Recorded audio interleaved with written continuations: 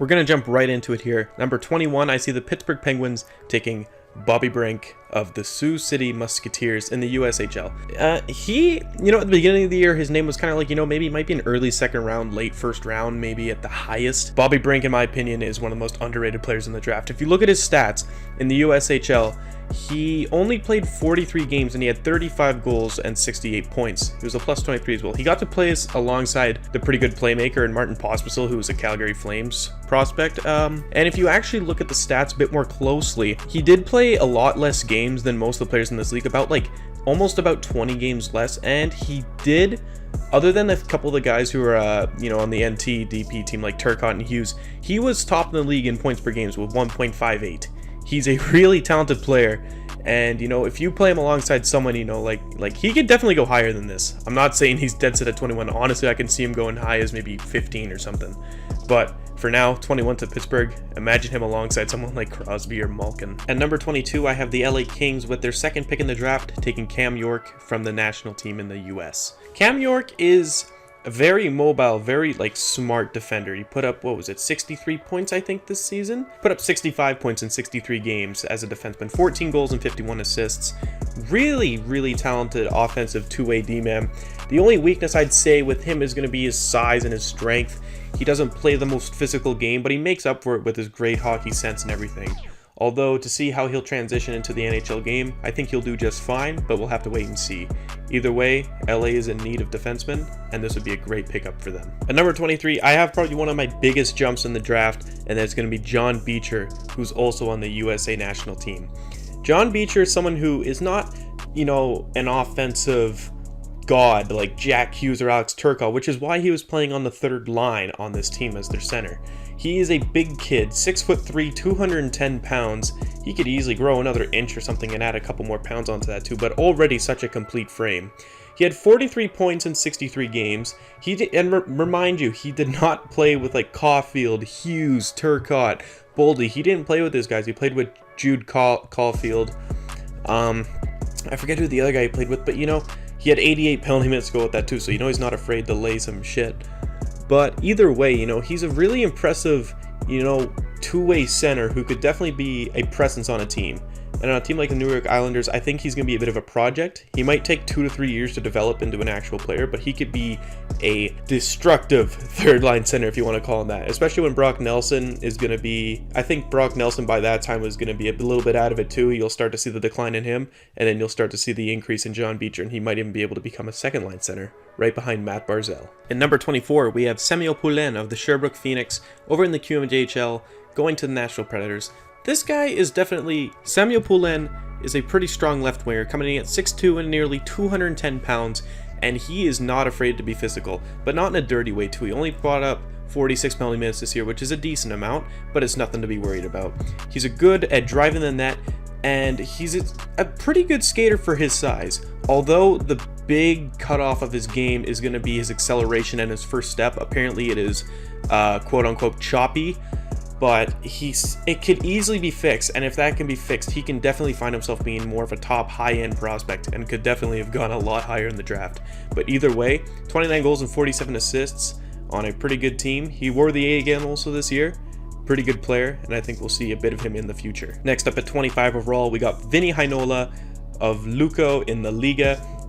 Pretty decent defender over in the Liga. 14 points in 34 games. Was a +7. Luco was, like a mid-tier team. I think they made it to the quarterfinals or something. He had 4 points in the playoffs in 7 games.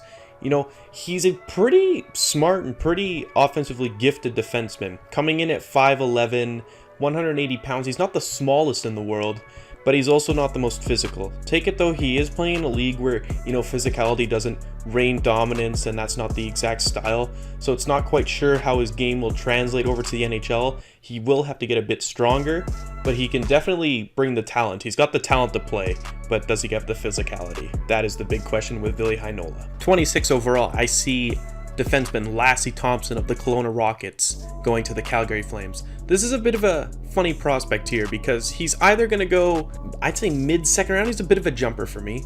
but I feel he's got the potential there to be a late first-round pick. Lassie Thompson had 17 goals as a defender in 63 WHL games for the Kelowna Rockets this year. He has a very good shot for a defenseman. He's got a pretty slick one-timer, and he's great at shots from the top of the circle.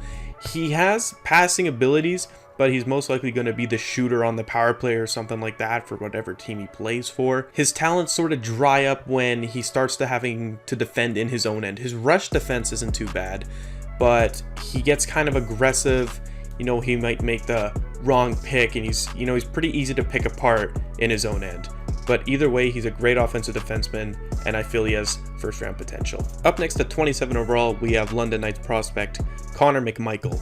Connor McMichael is a pretty good puck possession player, if you want to say that. He pretty much, I think he came second in points with 72, I want to say?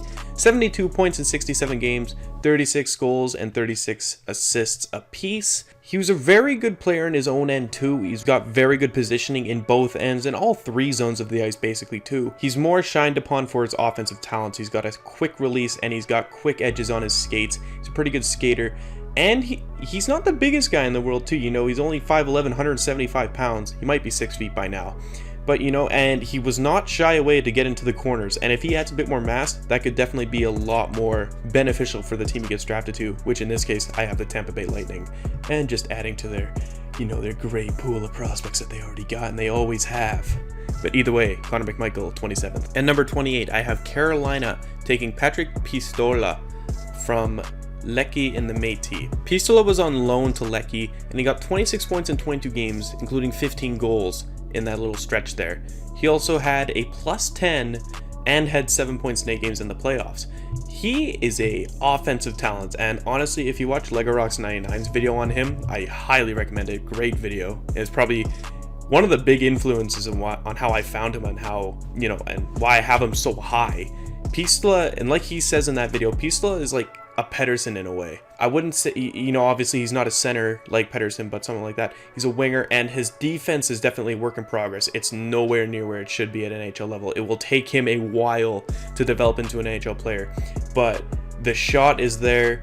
The dangles are there. This guy is an offensive threat, and I think that's what he definitely will be in the NHL. And why I got him on Carolina is because wouldn't it be cool to see a line with Pistola, Aho, and Teravainen? The three Finns, wouldn't that just be neat? That's why I got him being taken by Carolina, but let's move to the next pick. Next up here at 29, I got Matthew Robertson being selected by the Anaheim Ducks. This is just a really safe pick. Matthew Robertson, there's not much that can really go wrong with him, I can see.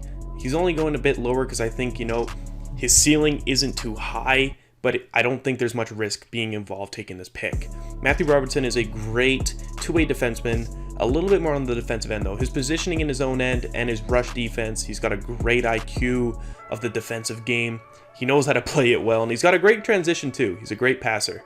He's not what you see on the power play or anything, or a top 2 elite D-man, but he's someone you can definitely see who's a top 4 and will be a big part of any team he plays for. Number 30 is a funny one.